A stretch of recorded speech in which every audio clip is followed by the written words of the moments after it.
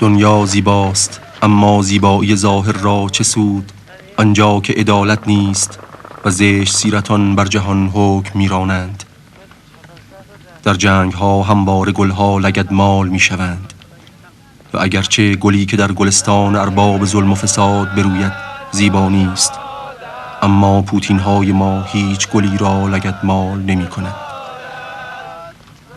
وقتی قدمگاه مجاهدان راه خدا سجدگاه فرشتگان باشد، گلها بر پوتین های ما بوسه می زنند.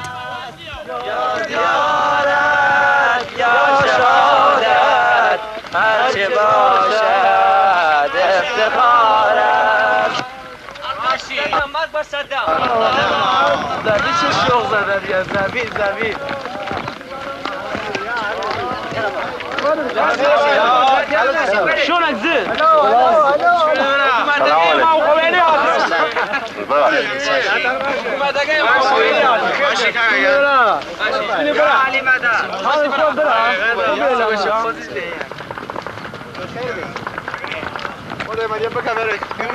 سلام علیکم. باشی برا فیدی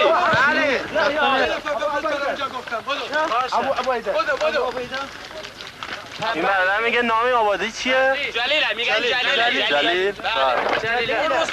ابو عبیده است میگن. روساییان با خوشرویی بسیار اما نه سر خوشخدمتی و چاپلوسی از ما استقبال میکردند.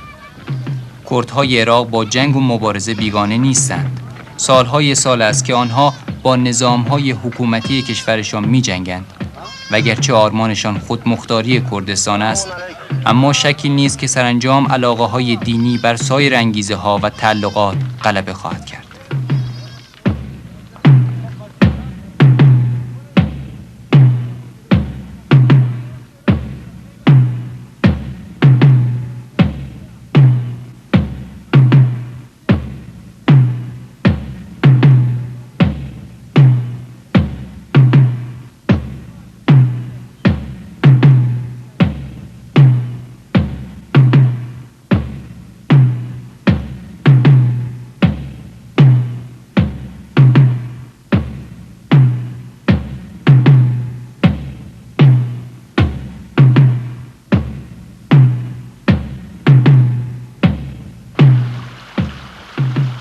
روستایی که توش هستیم و الان مشرف به شهر حلبچه هم هست، کی آزاد شد؟ از موضوع شما این دومین روستایی بود که آزاد شد، تقریبا دیروز صبح بود. درست. ما گفتن که ارتفاعات آزاد شده و از طریق جادا وارد بشین، ارتفاع توان بالا مشاهده کنید شما. بله. از بالاترین نقطه ارتفاعات ما با دو دسته بردارا وارد شدیم و آمدیم مقر قرارگاه توپخانه دشمن. درست. که تقریبا استعداد نیروش هم خیلی زیاد بود. از همون بالای یال که برادرها شلیک کردن گلوله آرپیجی را فرار کردن و کلی وسایل جا گرفتن. آمدیم پایینتر روستای دوم بود به نام روستای دالامار که روستای دالامار برادرها پاکسازی کردن و کلی مردم و برادران و خواهران کرد و مسلمان اونجا بودن. بسیار با اینا قاطی شده بودن. وقتی که ما رفتیم از اونها استقبال کنیم نامردی کردن و شلیک کردن روی برادرها و بلافاصله برادرها با درگیری شدیدی چند تا از اونها را به جهنم فرستادن و تو همین دشت فرار کردن به طرف شهر حلبچه. وقتی وارد روستای دوم شدیم دیدیم که ستونهای دشمن با کامیونها در حال فرارن و چند تا گلوله آتشی برادرها زدن. متاسفانه نرسید و فرار کردن حتی به شهر حلبچه. نفرات هم توی دشت فرار کردن. روستا را پاکسازی کردیم. در این پاکسازی ماشین ما دیدیم که مال مخابرات مرکز پیام دشمن بود در این منطقه که چند تا تیر برادرها بالا سر شلیک کردن. جاده را نتونست از جاده اصلی بره چون ما جلوی جاده را بسته بودیم. لذا آمد اینجا که فرار کنه، افتاده توی جیبا و گیر کرد و امروز برادرها آمدن کمک می‌کنن که انشالله ماشین درارن و به امید خدا عازم هستیم که بریم برای روستای بعدی که پاکسازی نشده و در حال حاضر هم گویا دو تا از لشکرها وارد شهر حلبچه شدن و استقبال گرمی کردن از رزمندگان. خود مردم شهر وقتی از قرارگاه پیام میدادن که گویا نوشابه و غذا و حتی کباب هم برای رزمندان پخته بودن که با استقبال گرمی مردم مسلمان عراق از رزمندگان اسلام پذیرایی کردند و تشنه حکومت جمهوری اسلامی در عراق هستن انشالله. و اما در این گوشه که میبینیم در حال حاضر دشمن از کل دشت 4 طرفش گرفته شده و تجمع کرده در یک گوشه که در دست دشمن است و با حالت محاصره در آمده. انشالله ما هم که میریم بتانیم در یک قسمت هم که مرحله سوم میشه گردان به خط میذاره انشالله سهمی برده باشه و آزادگان اسلام رو انشالله بتانیم یاری کنیم انشالله. السلام علیکم و رحمت الله.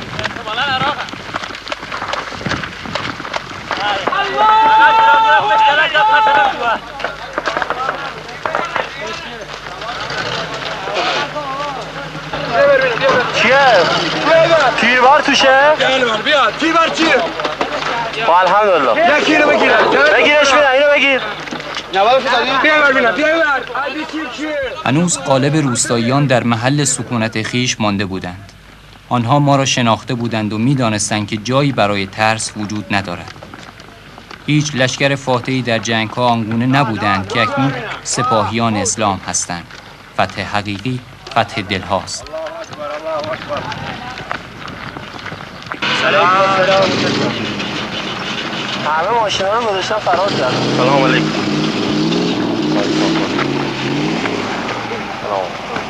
مرتضی کو؟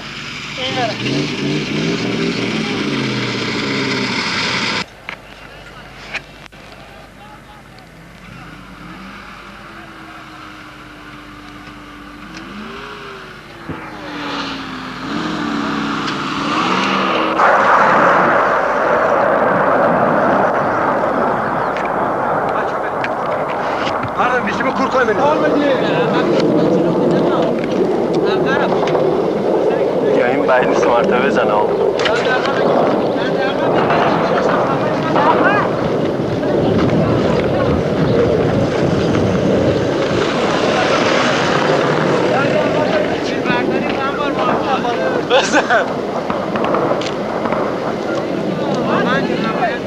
به یک ستون موتوری از دشمن برخوردیم که در میان دشت رها شده بود. بچه‌ها سعی می‌کردند که یکی از ایفاها را راه بیندازند تا بار حمل خود را بر گرده آن بگذارند. از آنجا از دامنه ارتفاعات مشرف بر شهر حلبچه خوب دیده می‌شد که آتش بمب‌ها با شهر و مردم آن چه می‌کند. آنها که می‌توانستند پیاده یا سواره نخست به سوی روستاهای دور از شهر و سپس به جانب ایران می‌گریختند. رزماوران اسلام نیز آنان را یاری می‌کردند. تو عکس ایران بگیریم. پورا تو میشی. پورا تو میشی. پورا تو عکس ایران. پورا تو میشی. ایران هستی؟ نه. ایران. ها. سلام. حالت خوبه؟ الله. خوبی؟ باشی؟ باش. سلام. حالت خوبه؟ عراق چه کردی و بنزن؟ باش بده ماچ. عراق چه کرد؟ آوا یکی بهتره. دانشین اول نوم خانگاگان.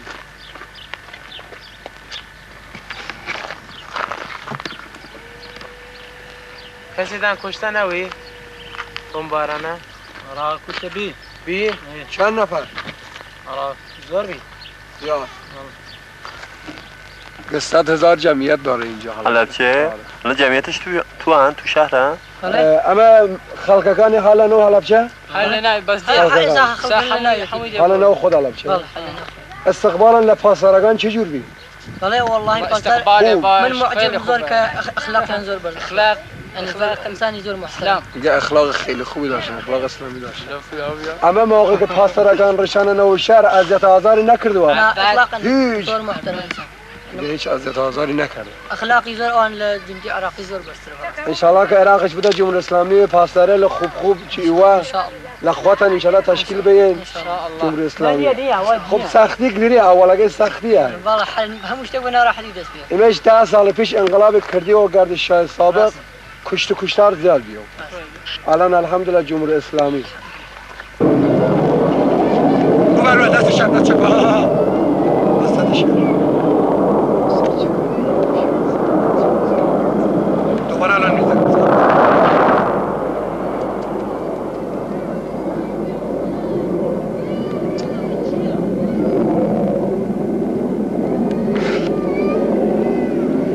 بچه ها بنداز برو جلو سرسداش یه حالا که رخت و رفته میرن پناهگاهی را اومد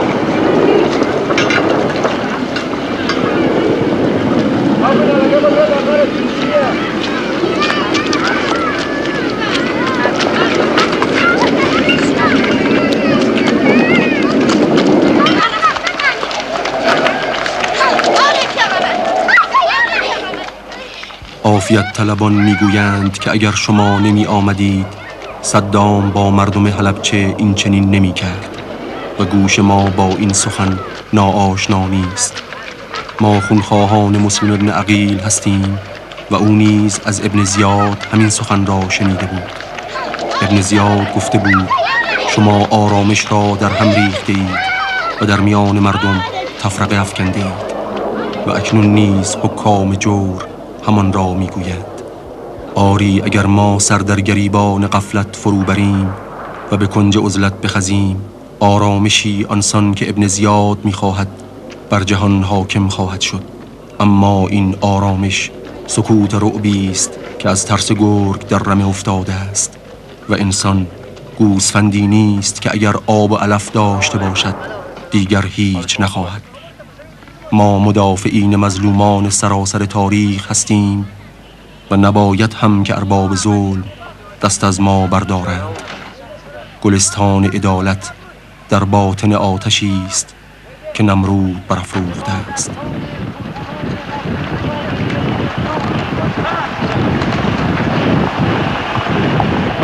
گروه تلویزیونی مرکز زنجان نیز به ما پیوستند و با هم به سوی شهر حلبچه به راه افتادیم. خدا قوت، خست شما خسته نباشید. ورود به آن شهری که از فراز دشت در زیر آتش دیده بودیم پای توکل می‌خواهد و دل آشنا با مرگ یقین می‌خواهد. تهور ماجراجویانه شاید بتواند تو را به کام ماجرا بکشاند، اما ماندن و دیر ماندن و پایدار ماندن جز با توکل و یقین به معاد میسر نیست. اولین لشکری که وارد شهر شده است بچه‌های بدر هستند که خود اهل عراقند، تا دنیا بیش از پیش بداند که ما در پی کشورگشایی نیستیم و مگر دنیا نمی‌داند. شیاطین همه مفاهیم را در هم ریختند تا هیچ کس سر از حقیقت در نیاورد. اما ما به فطرت الهی انسان اعتماد داریم و می‌دانیم که پافشاری ما بر حق و عدالت نهایتاً همه چیز را روشن خواهد کرد.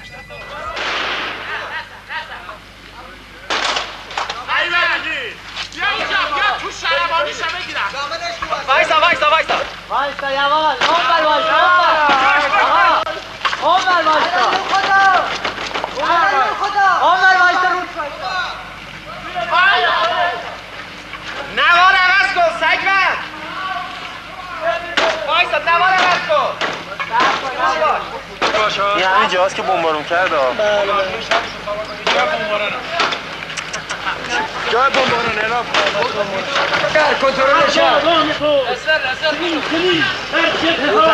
ناتوان و زبون از پیش پای شجاعان دشمن شکن مصابنه بکنید. سلام علیکم.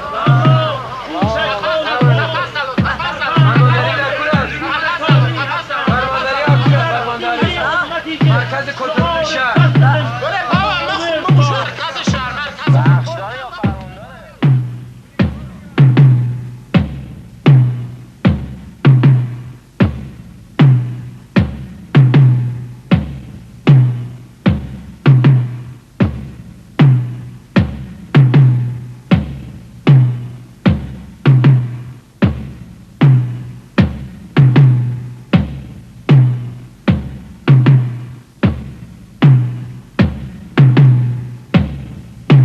اهل حق همواره در مظلومیت زیستند. در عصر جاهلیت عدالت مفهوم از یاد رفته است. اهل دنیا را خواب مستی در ربوده است و دزد و شحنه نیز دست در دست هم دارند. آیا چشمی بیدار نمانده است؟ همه چیز در کف نمرود و نمرودیان است.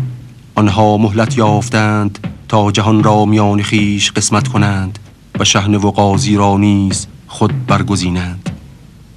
حکومت ظاهر در کف نمرود است، اما کعبه عشق را ابراهیم بنا کرده است. ای ابراهیمیان، فریب ظاهر را مخورید. گلستان عدالت در باطن آتشی است که نمرود برافروخته است.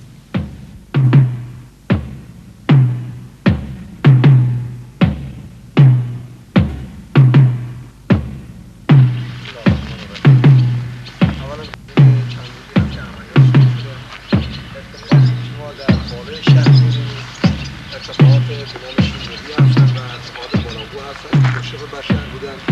حدود 3 شب پیش تیپ لشکرها عمل کردن. ارتفاعات را نیروها حدود 24 سال راه آمدن و شهر را ارتفاعات رو برقرار کردن.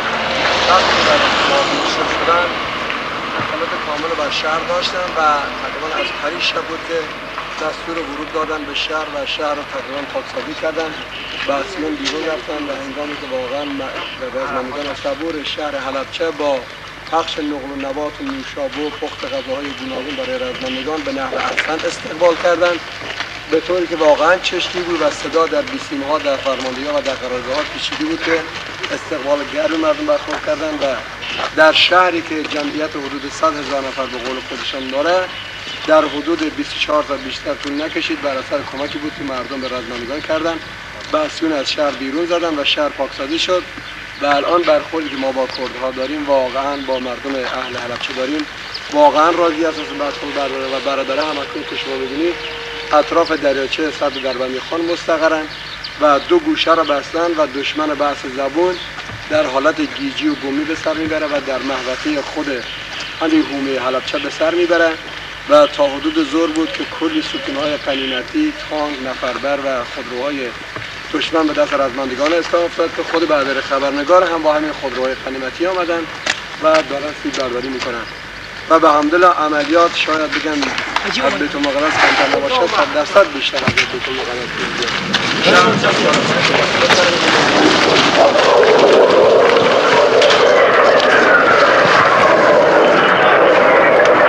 کجا؟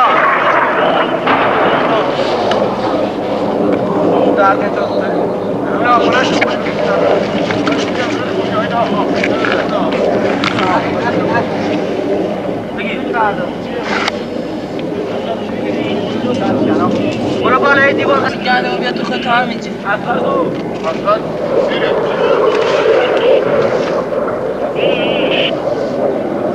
چرا دست خانیم دارم اینجا رو زد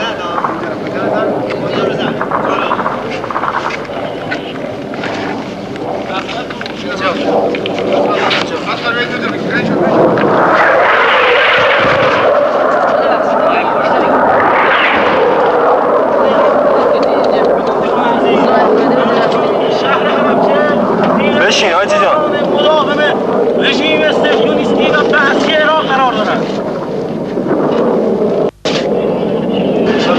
هواپیماهای رژیم مزدور عراق از صبح امروز تا کنون بیش از 20 بعد خود کردا رو چیز می‌کردین، جراحتش می‌بستین. چرا بمبارون کرده بود؟ چرا خیلی مجبور شدن مردم کرد؟ ولی مجبورشون کجا فرستادین؟ بیمارستان خودی همین شهر. بیمارستان خود شما چیکاره این؟ پزشکاری گردانم. پزشکاری گردانین اومدین مردم خود کردو؟ خودی همین مردم که مجبور میشن. الان که اومده بمبارون می‌کرد. همین الانم کلی الان احتمالاً مجروح داره. آمبولانس‌های ما رفتن، ما هم همین جا گشتی هستیم تا هر جای بمبارون کردن. خدا ان شاءالله بهتون خیر بده. التماس دارم. ملت قهرمان و پیروز. واکنشی که دشمن در حلبچه از خود نشان داد در هیچ یک از مقاطع دیگر جنگ نظیری نداشته است. او میپنداشت که همه دشمنان او اکنون در شهر حلبچه جمع شدند. رزماوران اسلام، دلاوران سپاه نهم بدر و مبارزین کرد عراقی. اگر به سابقه مبارزاتی مردم کرد عراق و دشمنی دیرینه حزب بعث با آنها نظر نکنیم، هرگز در نخواهیم یافت که چرا دشمن در حلبچه واکنشی آنسان از خود نشان داد. گذشته از آن که او می‌داند اگر امروز با تمام قدرت وارد جنگ نشود، دیگر هرگز هیچ فرصتی برای ادامه حیات نخواهد یافت. اما شیطان پایبند به هیچ اصلی نیست. او می‌خواهد بماند و اگر این ماندن به بهای از بین بردن همه مردم جهان نیز میسر شود، باکی ندارد. در بالای ارتفاعات مشرف به شهر، همه امکانات سپاه اسلام در خدمت تخلیه مجروحین و آوارگان قرار گرفته بود. اگر امروز کار بشر بدانجا کشیده است که صلح را در سایه موازنه تسلیحاتی ابرقدرت‌ها می‌بیند، باید بپذیریم که از جنگ گریزی نیست، اما جنگ‌های امروز نیز بر روش‌های ناجوانمردانه استوار است. در جهانی که هیچ چیز، حتی کفر و نفاق و فساد و فحشا و دروغ مذموم نیست، استفاده از سلاح‌های شیمیایی مذموم است، اگرچه نه برای همه. و این رسم جهانی است که بر آن ارباب شهوت حکم می‌رانند. در جهان اینچنین سازمان‌های بین‌المللی شحنه‌هایی هستند که دست در دست دزد دارند و حریم قدرت زورگویان را پاسبانی می‌کنند.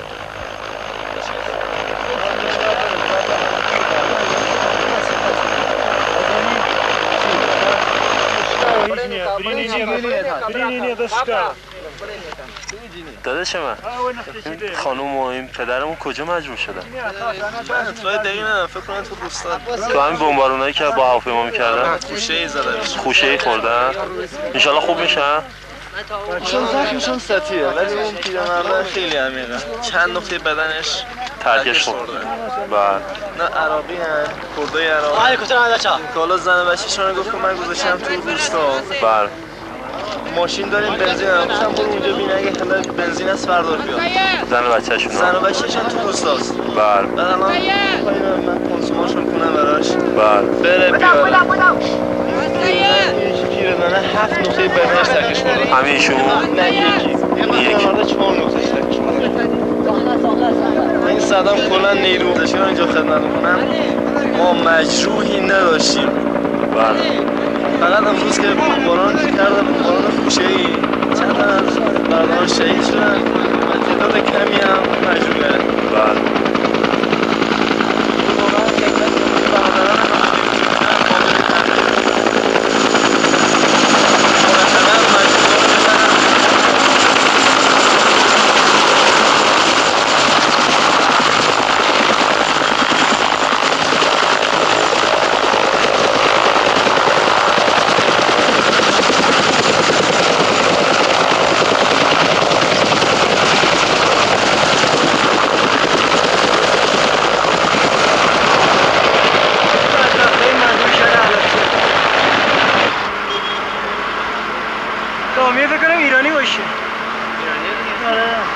نه اوه اینا هم داره میبره بازه مردم شهر حلبچن. آره اینا آره نه دیگه کامیونایی داره، کامیونای سپام هستش.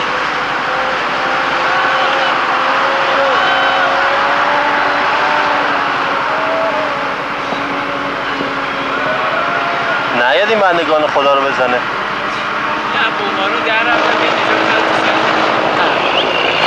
فرار میگه از زیر بمبارون‌های هواپیماهای عراقی فرار میکردن. بده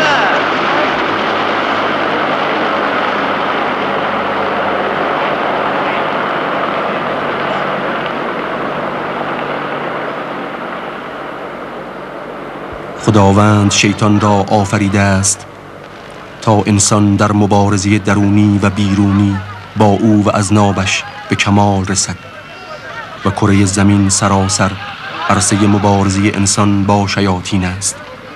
خداوند شیطان و یارانش را مهلت داده است تا جهان را در کف خویش گیرند و کار را بر مؤمنین دشوار کنند و کمالات انسان سراسر در کشاکش این دشواری ها و ابتلاعات ظاهر می شود. عافیت طلبان می گویند که اگر شما نمی آمدید صدام با مردم حلبچه این چنین نمی کرد و گوش ما با این سخن ناآشنا نیست. ما خونخواهان مسلم ابن عقیل هستیم و او نیز از ابن زیاد همین سخن را شنیده بود. ابن زیاد گفته بود شما آرامش را در هم ریخته اید و در میان مردم تفرقه افکنده اید و اکنون نیز حکام جور همان را میگویند. فریاد قیام از همه جا برخاسته است، از فلسطین تا افغانستان و دورتر تا آنجا که پرتو این شمس تابیده است. آری اگر ما سر در گریبان غفلت فرو بریم و به کنج عزلت بخزیم، آرامشی آنسان که ابن زیاد می‌خواهد بر جهان حاکم خواهد شد. اما این آرامش سکوت رعبی است که از ترس گرگ در رمه افتاده است و انسان گوسفندی نیست که اگر آب و علف داشته باشد دیگر هیچ نخواهد.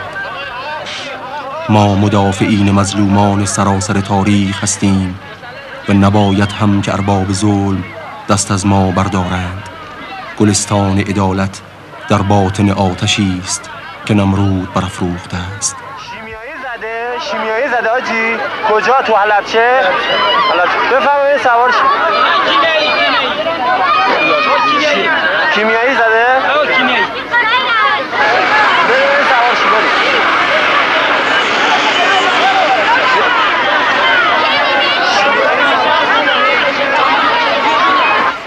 کجا بودی؟ حلبچه یا؟ بفرمایید برید سوار شید. برید سوار شید. سوار کنید.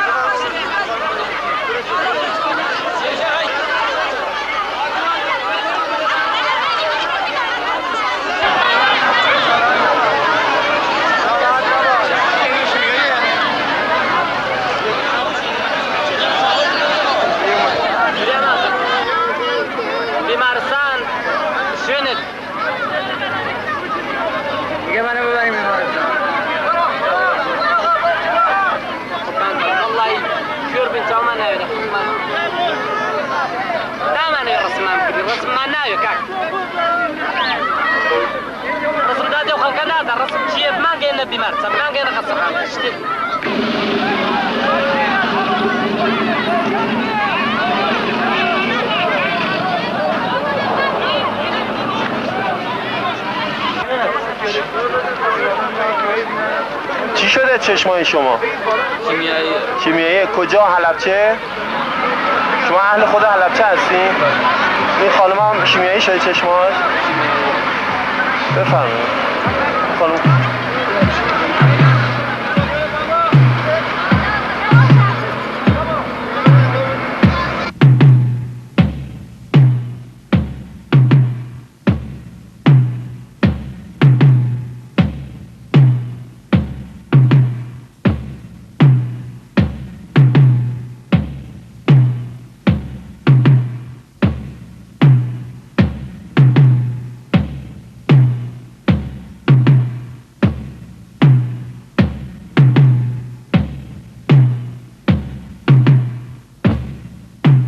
سلام مرا به جهادگران این دلاوران گمنام برسانید. امام خمینی 27 اسفند ماه 66 منطقه عملیاتی والفجر 10 ساعت 2:10 بعد از ظهر از یکی از اسکله های حاشیه دریاچه دربندیخان به قصد دیدار با برادران گردان امام حسن مجتبی حرکت کردیم، یکی از گردان‌های انصار متعلق به جهاد باختران. گفته بودند که آنها در زیر شاخ تیمور جناح مستقر هستند و تا آنجا راه زیادی در پیش بود.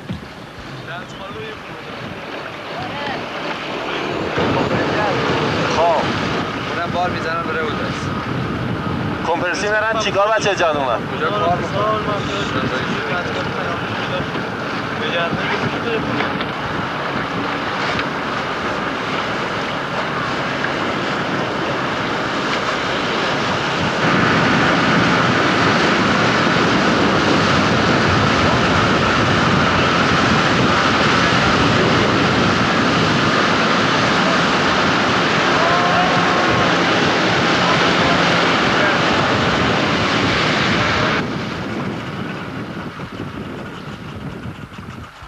ده دقیقه در آب پیش رفتیم تا در آن سوی رودخانه پهلو گرفتیم.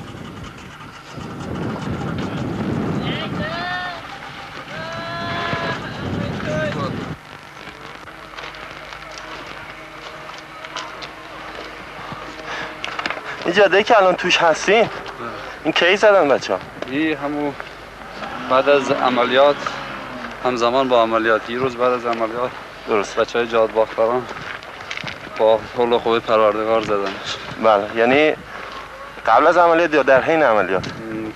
این عملیات که شبش بود، صبح عملیات ما به ما مأموریت دادن که این جاده رو بزنیم. بله. و 2 روز زدیمش، حدود 5-6 کیلومتر. درست. اون شبی که بچه ها کار میکردن مسئله نداشت، خطری نداشت؟ نه، اون شب الحمدلله او بچه های شیردل بسیج چنان حال و روزگار ای بسیار سیاه کرده بودن که اوضاع و احوال از دستشان، اصلا کنترل از دستشان در رفته بود. ما با اینکه جلو دید مستقیمشان کار میکردن بچه ها، و تو شب با چراغ روشن باز یه دانه تیر به سمت اینا تا وقتی که جاده تمام شده شلیک نشد. بله الحمدلله. بفرم.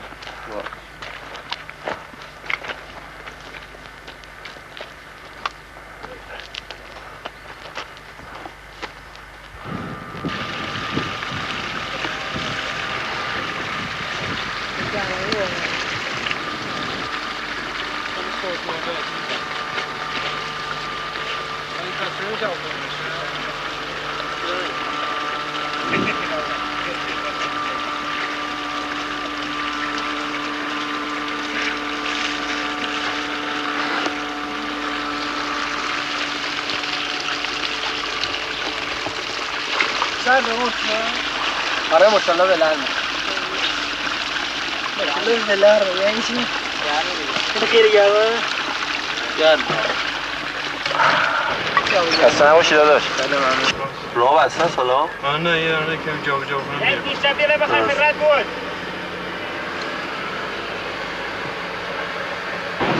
الان این بولدوزر بچه خودتون داره کار میکنه؟ بچه جاد باختران داره.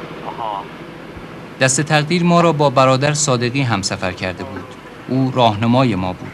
دانشجوی آبیاری دانشکده کشاورزی دانشگاه شیراز، اما تعمیرکار ماشین‌آلات سنگین راهسازی. در همه حرکات جثه بسیار لاغرش جلوه‌ای از اراده عظیم آشکار بود، با زبانی یکسره به تسبیح گشوده. داره رگلاژ میکنه؟ داره رگلاژ جاده رو کنه.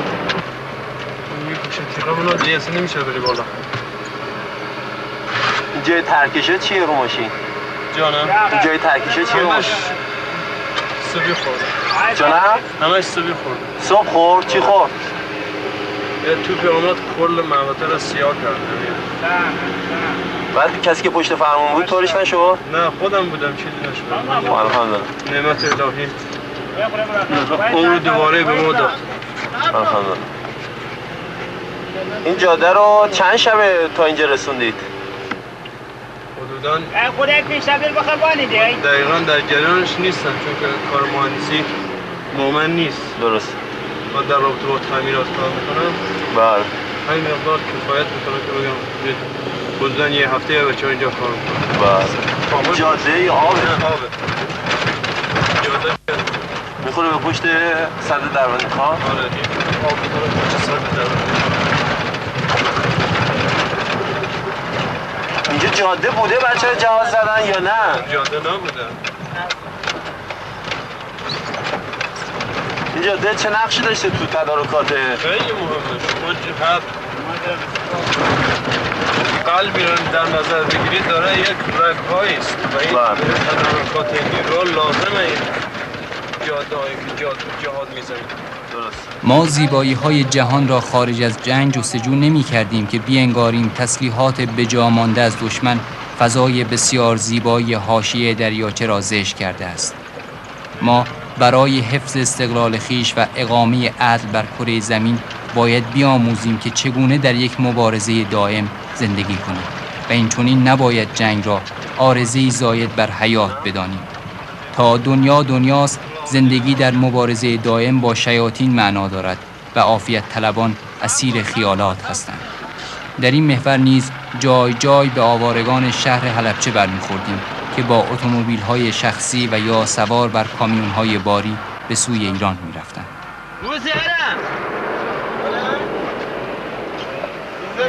ها؟ ای برادر آمدن بالا ببینن. اگه بخوای بگی درست بگی. اون ارتفاع روبرو تیزه شاخشامرانه؟ از همونجا هم دید داره میزنه ها؟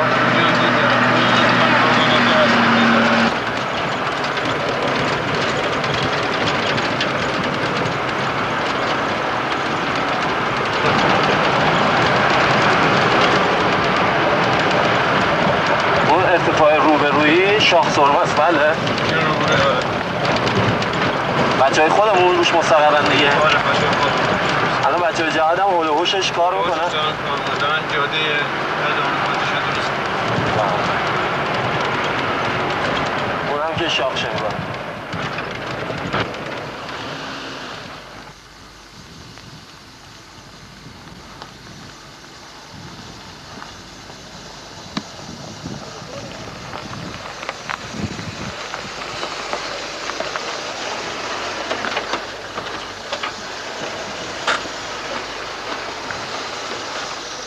الله.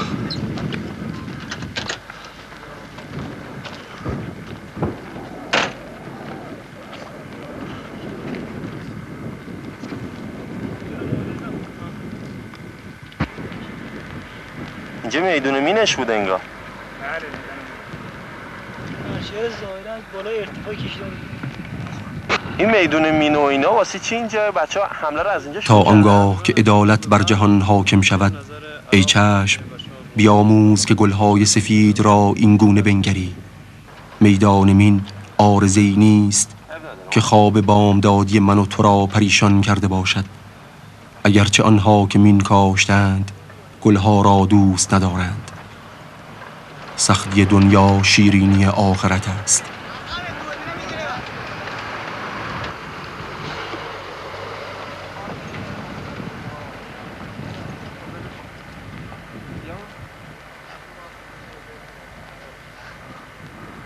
خسته نباشین داده. حال شما خوبه؟ سلامتی؟ این هم یه سری دیگه تو خونه هاشونه.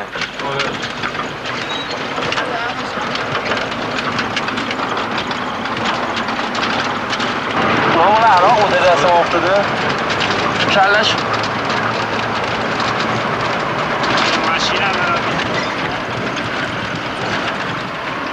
این خود شاخ سرمه هست نه؟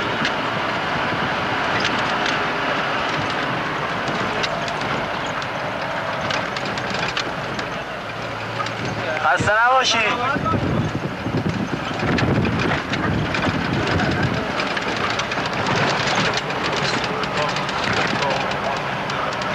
طبیعت خدا چقدر قشنگه. قشنگ همه اینجا سبز و پر از گله.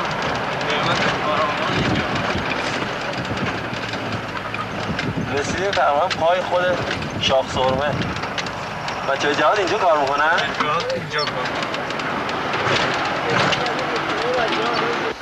ساعتها راه رفتیم تا در پای ارتفاعات تیمور جناح به یک غار رسیدیم و این غار کهف گمنامی جهادگران بود. تقدیر حقیقی جهان در کف مردانی است که پروای نام ندارند. آنان از گمنامی خیش کهفی ساختند و در آن پناه گرفتند. کهفی که آنان را از تطاول دهر مسون خواهد داشت. اصحاب کهف خود را از تعلقات رهاندند و این چنین ننگ تعلقات نیز دامان آنان را رها کرده است. سلامت هستی؟ شما برادری جهاد هستی؟ بله. کدوم جهاد؟ جهاد باختران. جهاد باختران. چه میکنید اینجا؟ حالا اینجا سنگر داریم میسازیم. خدا چون حفظتون. چادر نداریم و هر صورت غار گیری آوردیم به شکل سنگر در بیاریم و بله. استفاده بکنیم. سنگ شما بعد الان اومدین زیر شاخ سرمه؟ بله. کارتون چی هست؟ الان میخوایم که بالاخره به خاطر که قله آزاد بشه جادو میزنیم که بچه سپاه بیانیم پشت مقر بگیریم. بله. تو خانه شلم بده. البته بچه های سپاه بسی جلو هستن. یه تعدادی که چون الان ما شکل عقبه را گرفتیم. درست. الان بخوایم جاده سازی بکنیم به خاطر اینکه بالاخره همین شاخ سرمه، ولی خب بچه‌ها اون طرف آب هستن. بله. این تعدادی بالاخره هستن. از این طرف هم فکر می‌کنم خط اول همین شاخ سرمه باشه دیگه. نه جلوتر هستن. خیلی جلوتر هستن. پایین شاخ شمیرانن. ها؟ پایین شاخ هستن. پایین شاخ شمران الان بچه‌های ما. پایین شاخ. خب الحمدلله. شما می‌خواین الان جاده بزنین که چی بشه؟ جاده تدارکاتی شاخ میشه و شاخ آزاد میشه ان شاء الله. بله. خدا نگهدار. برادر محبی از سر مزاح به گوشه های غار اشاره می کرد و می گفت اینجا مهمان خانه است، آنجا نهار خوری و اینجا هم اتاق خواب و این چنین خانه نشینان اهل سکون را عبرت می آموخت. اینجا مهمانخونه است. کجا مهمانخونه است؟ مهمانخونه خط اول ها؟ بله اینجا مهمانخونه است. اینجا هم که غذاخوری، اینجا هم خوابگاه است. بله. خب اینا مثل کنار این موره. توضیح لازم است در مورد جاده بتم. جناب؟ بله حتما. این جاده‌ای که الان داریم میزنید انگیزش چیه؟ یعنی چه کار اینجا انجام میده؟ ازم به حضور شما باشه که بالاخره الان اون قله که شما مشاهده میکنید اون قله اون طرف. پشت سریه؟ بله اون قله که الان دست نگاه خودمان است. اون تا یه قله که اینجا هست دست پشته. همون بحثیونه. درست. ما میخوایم یه جاده تدارکاتی بزنیم که بچه‌ها در دید مثلا دشمن نباشن، از اینجا حمل و نقل کنیم وسایلشان. بله. ولی خب این جاده قبلا که بالاخره به صورت حیوانات بود که وسایلی که داشتن همش این بچه‌ها بالاخره با همین حیوانات وسایلشان هم نقل می‌کردن. ما سعی کردیم که انشالله زود این جاده بدیم که این بچه‌ها به راحتی همون یابوزابشان صورت بگیره. بله. خدا خیرتون بده. شما از کدوم شهر هستین؟ ما بختران هستیم. همه دوستانتون هم همینطور؟ بله بچه‌ها کلا مال بچه‌ها. چند شب اومدن تو زیر شاخ سرمه بچه‌ها کار می‌کنن؟ والا الان حدود تقریبا 3 روز میشه که اومدیم اینجا. بله. یعنی البته شاخ سرمه که بالاخره اینجا داریم کار می‌کنیم امروز اومدیم، ولی خود 2 روز قبلش جلوتر بودیم. جاده‌های پایین‌تر رو می‌زنیم. بله.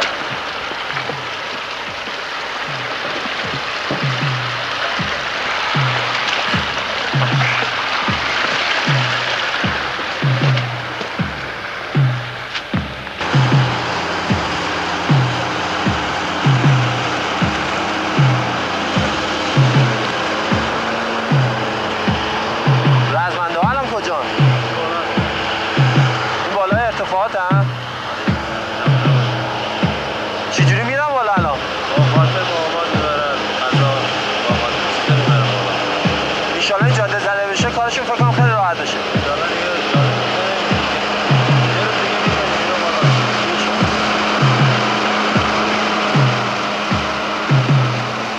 صخره ها راه بستند تا صبر ما را بیازمایند. جاذبه خاک تن را به پایین می کشد و جاذبه آسمان روح را به بالا و انسان در حیرت میان این دو جاذبه راه خود را به سوی حق باز می شناسد.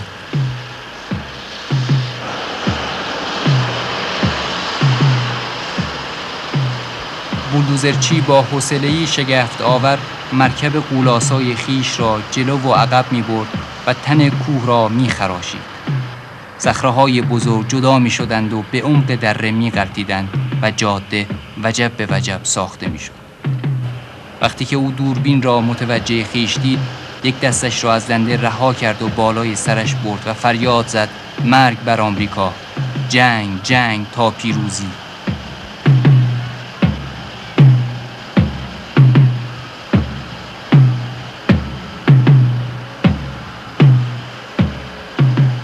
و عاقبت کار در اراده شکست ناپذیر مؤمن صبور تقدیر شد. سلام علیکم و رحمت الله. سلام علیکم. سلام علیکم. سلام علیکم. سلام علیکم. سلام علیکم.